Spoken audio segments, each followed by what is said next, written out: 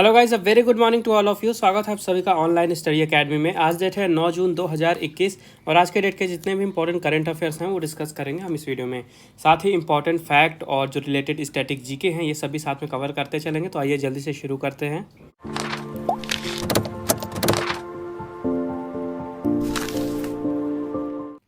तो आज का पहला क्वेश्चन है, on which of the following date world oceans day is observed. निम्नलिखित में से किस तारीख को विश्व महासागर दिवस मनाया जाता है। तो हर साल 8 जून, याद रखिएगा, हर साल 8 जून को मनाया जाता है वर्ल्ड ओशियंस डे यानी विश्व महासागर दिवस। और इस साल के लिए थीम रखी गई है the ocean life and livelihoods. Theme भी इंपॉर्टेंट है, कई बार एग्जाम में थीम पूछ लेता है। The ocean life and livelihoods theme आपको याद रखनी है। और इस दिन को मनाया क्यों जाता है, तो इस दिन को जो ओशियन है यानी महासागर है उनकी महत्वपूर्णता के बारे में बताने के लिए कि ओशियन का हमारे लाइफ में कितना ज़्यादा प्रभाव पड़ता है, ठीक है, कितना ज़्यादा ज़रूरी है हमारे इकोसिस्टम के लिए, हमारे इन्वायरमेंट के लिए, ये चीज़ बताई जाती है। साथ ही ये बताया जाता है कि किस तरह से हम ओशियन को प्रोटेक्ट कर सकते हैं, ह्यूमन एक्टिविटीज़ का क्या क्या प्रभाव पड़ता है महासागर पे, कितना ज़्यादा नुकसान पहुंचता है उन्हें ह्यूमन एक्टिविटीज़ से, और किस तरह से इसे हम कम कर सकते हैं और ओशियन को बचा के प्रोटेक्ट करके रख सकते हैं, ये चीज़ें बताई जाती हैं।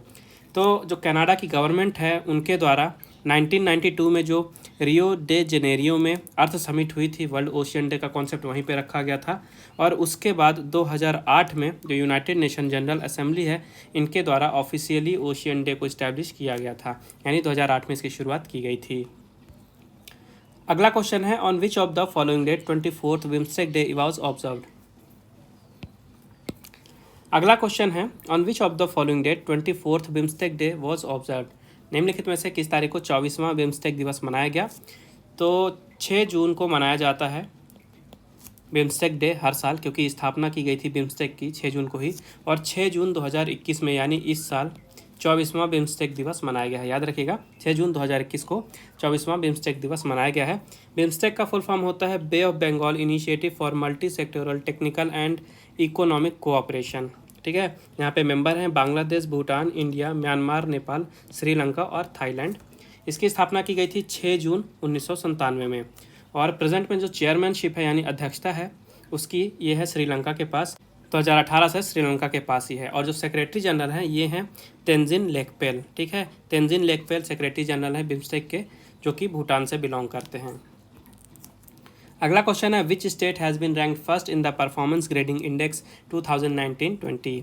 परफॉर्मेंस ग्रेडिंग इंडेक्स 2019-20 में किस राज्य को पहला स्थान दिया गया है।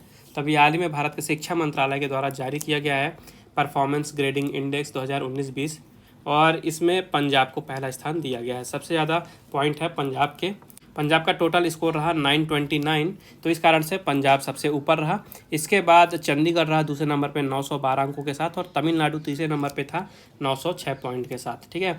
तो किस बेसिस पे ये रैंकिंग बनाई गई, कैसे पॉइंट डिसाइड किए गए, तो लगभग 70 पैरामीटर्स देखे गए थे कि भारत में जो स्टेट हैं और यूनियन टेरिटरीज़ हैं, यहाँ पे जो स्कूल है और जो एजुकेशन है इनमें कितना प्रोग्रेस हुआ है, ठीक है। क्या चीज़ें देखी गई कि जो वहाँ पे पढ़ाया जा रहा है उसका आउटकम क्या है, रिजल्ट कैसा है उन स्टेट्स में, ठीक है। इंफ्रास्ट्रक्चर कैसा है, फैसिलिटीज़ कैसी सुविधाएं दी जा रही हैं उन स्टेट के द्वारा विद्यार्थियों को पढ़ने लिखने में। तो इन्हीं तरह के लगभग 70 पैरामीटर्स देखे गए और उन्हीं के बेसिस पे ये रैंकिंग बनाई गई है। याद रखिएगा पंजाब रहा है सबसे ऊपर, ठीक है। तीसरा संस्करण था इस साल ये इस इंडेक्स का, और इसे जारी किया गया था मिनिस्ट्री ऑफ एजुकेशन के department of school education and literacy की तरफ से। और हमारे शिक्षा मंत्री कौन है ये भी जान लीजिए, तो रमेश पोखरियाल निशंक जी हैं हमारे शिक्षा मंत्री। अगला क्वेश्चन है, which organisation will lead the United Nations decade on ecosystem restoration. पारिस्थितिकी तंत्र बहाली पर संयुक्त राष्ट्र दशक का नेतृत्व कौन सा संगठन करेगा।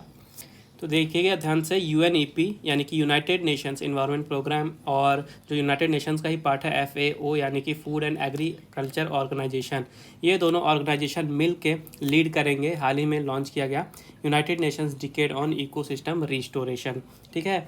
तो याद रखिएगा UNEP और FAO मिल के लीड करेंगे इसको। और इसका पर्पस क्या है, ये जो United nation decade on ecosystem restoration है इसका मेनली पर्पस क्या है।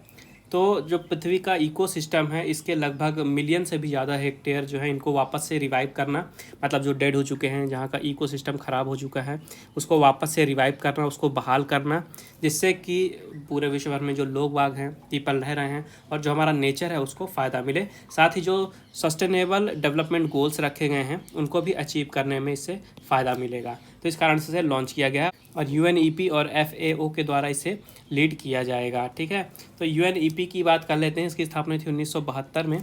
एग्जीक्यूटिव डायरेक्टर है इंगर एंडरसन, हेडक्वार्टर है केन्या के नैरोबी में। और जो फूड एंड एग्रीकल्चर ऑर्गेनाइजेशन है इसकी स्थापना थी 1945 में, हेडक्वार्टर है इटली के रोम में और यहाँ के डायरेक्टर जनरल हैं क्यू डोंग्यू। अगला क्वेश्चन है which state union territory government has launched जहाँ वोट वहाँ वैक्सीनेशन कैंपेन। किस राज्य या केंद्र शासित प्रदेश की सरकार ने जहां वोट वहां वैक्सीनेशन अभियान शुरू किया है। तो अभी हाल ही में दिल्ली के चीफ मिनिस्टर अरविंद केजरीवाल जी ने दिल्ली में लॉन्च किया है जहां वोट वहां वैक्सीनेशन नाम का कैंपेन। और ये कैंपेन क्यों लॉन्च किया गया है, तो दिल्ली सरकार का एम है कि आने वाले 1 महीने यानी 4 हफ्ते के अंदर जो भी 45 साल से ज़्यादा के वहाँ पे लोग हैं उनको कोविड-19 वैक्सीनेशन प्रदान करना है। तो इस कारण से जहां वोट वहां वैक्सीनेशन कैंपेन शुरू किया गया है, जिसके अंडर जो भी लोग हैं उनके नियरेस्ट पोलिंग बूथ है जहाँ पे वो वोट डालने जाते हैं, तो जो भी उनका नियरेस्ट पोलिंग बूथ है वहाँ पे वो जाके वैक्सीनेशन करवा सकते हैं, उनको वहीं पे वो सुविधा दी जाएगी। तो याद रखिएगा जहाँ वोट वहाँ वैक्सीनेशन दिल्ली में शुरू किया गया है। अगला क्वेश्चन है how much amount has been approved by World Bank to help India's MSME sector. भारत के MSME क्षेत्र की मदद के लिए विश्व बैंक द्वारा कितनी राशि स्वीकृत की गई है। तो देखिए कोविड-19 से काफ़ी ज़्यादा इम्पैक्ट पड़ा है भारत के MSME सेक्टर यानी कि माइक्रो स्मॉल और मीडियम इंटरप्राइजेस सेक्टर में। तो इसको वापस से रिवाइव करने के लिए, इसको हेल्प करने के लिए कि वापस से ग्रो हो, अभी हाल ही में विश्व बैंक ने भारत को $500 मिलियन की सहायता का अप्रूवमेंट दिया है। ठीक है, याद रखिएगा $500 मिलियन का अप्रूवमेंट दिया गया है।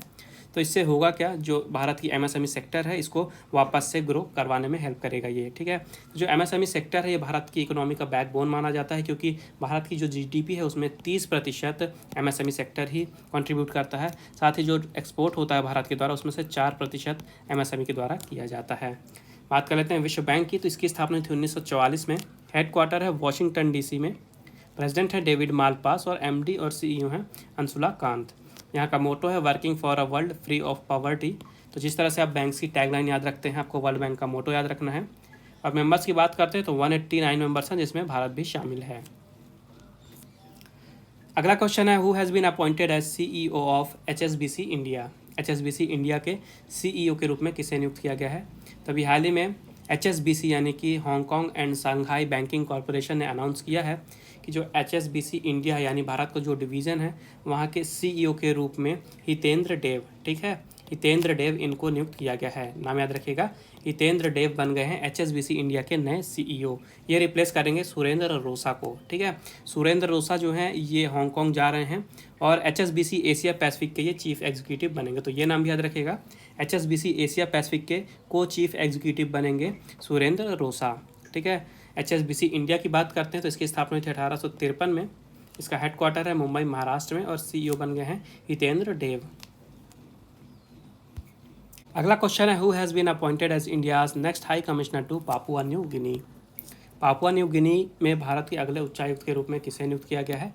तो एस इन्वेस्कर, नाम याद रखना है आपको, एस इन्वेस्कर को नियुक्त कर दिया गया है पापुआ न्यू गिनी में भारत के अगले हाई कमिश्नर यानी कि उच्चायुक्त के रूप में, एस इन्वेस्कर। और जो पापुआ न्यू गिनी है इसकी कैपिटल है पोर्ट मोर्सबी, करेंसी है पापुआ न्यू गिनियन कीना और प्राइम मिनिस्टर हैं जेम्स मरापे। तो ये 4 चीज़ें आपको याद रखनी हैं। अगला क्वेश्चन है who has been named as the new chairman of oil regulator PNGRB। तेल नियामक PNGRB के नए अध्यक्ष के रूप में किसे नामित किया गया है। तो इसका राइट आंसर है संजीव नंदन सहाय। ठीक है, ये हैं संजीव नंदन सहाय जी। और हाल ही में जो ऑयल रेगुलेटर हैं भारत में PNGRB, वहाँ के ये नए चेयरमैन के रूप में नामित किए गए हैं। PNGRB का फुल फॉर्म है petroleum and natural gas regulatory board. ठीक है, जो कि भारत में ऑयल सेक्टर का रेगुलेटर है। और हाल ही में संजीव नंदन सहाय जी को यहाँ का चेयरमैन के रूप में नामित किया गया है।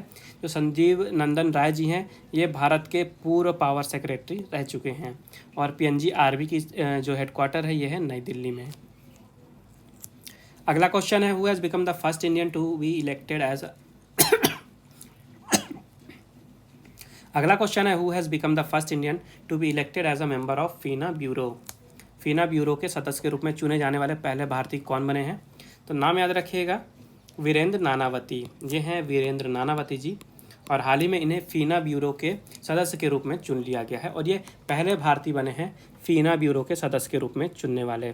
ठीक है, तो फीना ब्यूरो है क्या? एक्चुअली में जो स्विमिंग की गवर्निंग बॉडी है पूरे विश्व भर में, स्विमिंग फेडरेशन, तो इसको शॉर्ट में कहा जाता है फीना। इंटरनेशनल स्विमिंग फेडरेशन को शॉर्ट में कहा जाता है फीना। और इसी फीना ब्यूरो के सदस्य के रूप में चुने गए हैं हाल ही में वीरेंद्र नानावती जी, और ये पहले भारतीय बने हैं।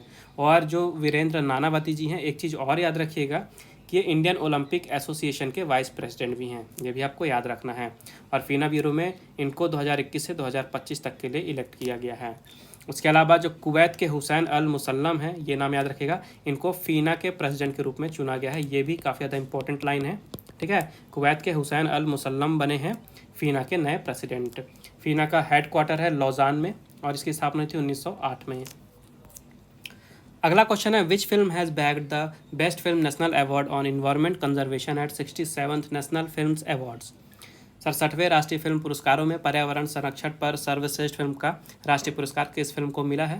तो आप ये देख रहे हैं फोटो में, ये एक्चुअली में फिल्म का पोस्टर है जिसे हाल ही में 67वें नेशनल फिल्म्स अवार्ड में इन्वायरमेंट कंजर्वेशन यानी कि पर्यावरण संरक्षण पर आधारित फिल्मों की सूची में बेस्ट फिल्म का नेशनल अवार्ड दिया गया है। पिक्चर का नाम है वाटर बरियल। ठीक है, याद रखिएगा, मूवी का नाम है वाटर बरियल, इसको बेस्ट फिल्म नेशनल अवार्ड दिया गया है। और ये जो फिल्म है इसके डायरेक्टर का भी नाम याद रखिएगा, इनके डायरेक्टर का नाम है शांतनु सेन। अगला क्वेश्चन है, who has authored the book titled 1232 kilometre the long journey home. 1232 kilometre the long journey home नामक पुस्तक किसने लिखी है? तो फिल्म में डायरेक्टर हैं एक विनोद कापरी जी।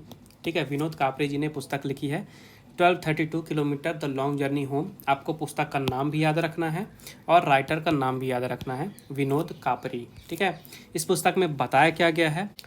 तो इस पुस्तक में बिहार के 7 माइग्रेंट वर्कर्स के बारे में बताया गया है जो कि लॉकडाउन के टाइम पे दूसरे जगह पे फंस गए थे जहाँ पे वो काम करते थे दूसरे शहर पे, और उसके बाद साइकिल से ही ये अपने घर की ओर चल दिए थे और 7 दिनों में ये पूरी जर्नी करके बिहार पहुँचे थे। तो इन्हीं की स्टोरी पे आधारित है ये पुस्तक। तो अब समय आज के क्विज़ का। आज के क्विज़ का क्वेश्चन है, which Indian female boxer has won gold medal at 2021 Asian boxing championships. किस भारतीय महिला मुक्केबाज ने 2021 एशियाई मुक्केबाजी चैंपियनशिप में स्वर्ण पदक जीता है? तो ये रहे आपके option. Make sure comment box में आंसर जरूर दें। उसके अलावा अगर आपको कोई प्रॉब्लम है, कोई सजेशन है, तो आप बिल्कुल मुझे कमेंट बॉक्स में बता सकते हैं।